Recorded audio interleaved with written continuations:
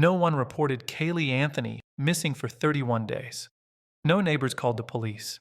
No family member raised the alarm. For an entire month, a 2-year-old child was gone, and no one was looking for her.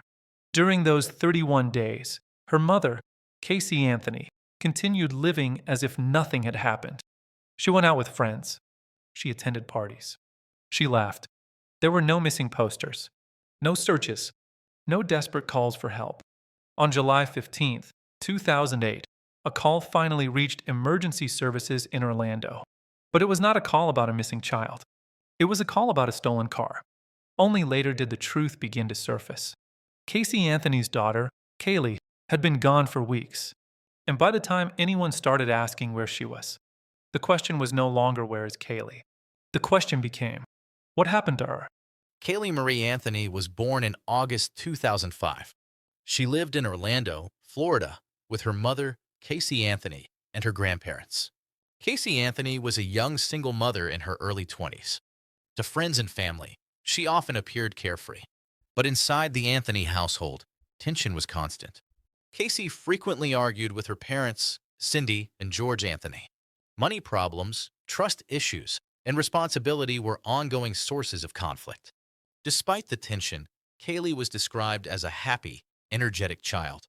She was close to her grandparents, especially her grandmother, Cindy.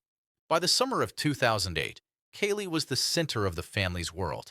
And then, suddenly, she vanished. No one inside the house realized that this would be the last time they would ever see her alive. In June 2008, Caylee Anthony was last seen alive. The exact day would later become one of the most disputed details in the entire case. According to investigators, Caylee disappeared around June 16th. According to Caylee Anthony, Caylee was not missing at all.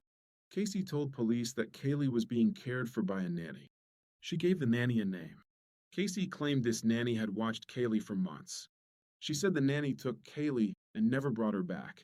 There was just one problem. Police could not find the nanny. They searched records, addresses, and employment histories. The woman Caylee described did not exist. Investigators concluded that the nanny story was fabricated. And with that realization, the case took a darker turn. Because if the nanny was not real, then the question became unavoidable. Who was Caylee Anthony really protecting? After Caylee's disappearance, Caylee Anthony did not report her missing. For 31 days, the toddler was unaccounted for. During that time, Caylee continued her normal routine.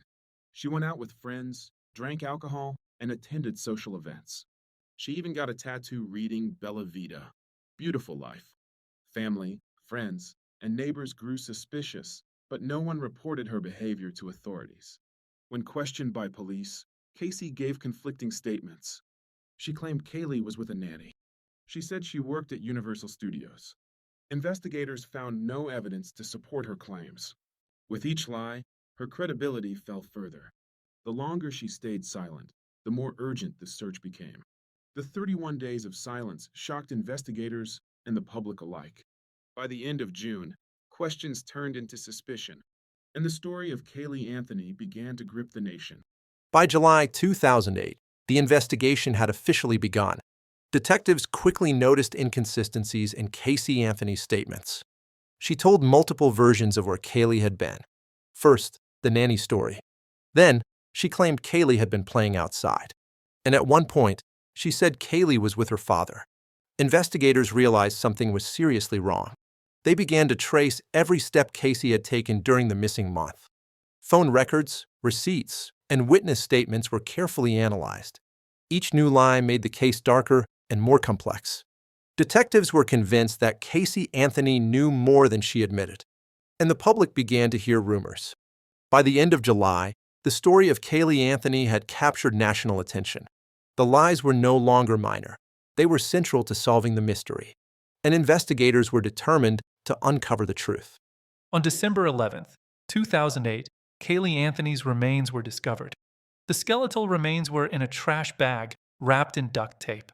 Detectives secured the scene immediately. Evidence was carefully cataloged. The cause of death could not be determined due to decomposition. Investigators focused on the timeline of Caylee's disappearance. They traced Caylee Anthony's movements using receipts, phone records, and witness statements. Small clues began to emerge. Casey's behavior in the months before and after Caylee's disappearance came under intense scrutiny. Forensic experts examined the remains to extract every possible detail. Every item, every detail, became a piece of the puzzle. By late December, investigators were certain that Caylee Anthony's actions had contributed to the tragic outcome. Once Caylee's disappearance was confirmed, investigators focused on Caylee Anthony. Detectives questioned her extensively. She provided conflicting stories. Behavioral analysts noted her calm demeanor. She smiled and laughed during interviews. Her behavior alarmed investigators. Phone records and surveillance footage were analyzed. They began constructing a timeline of Caylee's movements. Every lie, every inconsistency made her the prime suspect. Forensic evidence from the home, the car, and the trash bags was collected. Analysts cross-referenced her statements with physical evidence. The more they investigated, the clearer it became. Caylee Anthony had lied to cover something serious. The nation watched closely as the investigation intensified, and the pressure on Caylee mounted. On July 16, 2008, Caylee Anthony was arrested. She was charged with child neglect and providing false information to law enforcement. Detectives presented their evidence to the state attorney. The case quickly gained national attention. Caylee Anthony pleaded not guilty. Public opinion was already divided. Investigators continued to piece together her movements. Evidence from Caylee's remains and the Anthony home was crucial. Behavioral analysis suggested inconsistencies between Caylee's stories and the facts. The prosecution began building their case. By the end of July, the nation was captivated by every development. The trial would become one of the most high-profile in U.S. history. On May 24, 2011, Caylee Anthony's trial officially began. The courtroom was packed. Journalists from across the country covered every detail. The prosecution presented forensic evidence.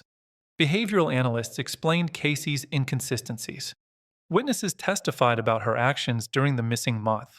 Neighbors, family members, and friends were called. The defense argued that Caylee's death was accidental. They claimed Caylee panicked and hid the body. Every day, media outlets broadcast live updates. The public debated online and in newspapers. By the second week, the nation was riveted. The trial became a spectacle of evidence, testimony, and public opinion. On July 5, 2011, the verdict was read. Caylee Anthony was found not guilty of murder. She was guilty of 4 counts of providing false information to law enforcement. The nation was shocked. Public outrage was widespread. Experts debated how the case would impact future investigations. Caylee's family mourned privately. The trial changed how child death investigations were approached. It highlighted the importance of behavioral analysis and careful evidence handling. Even years later, the case continues to fascinate and horrify.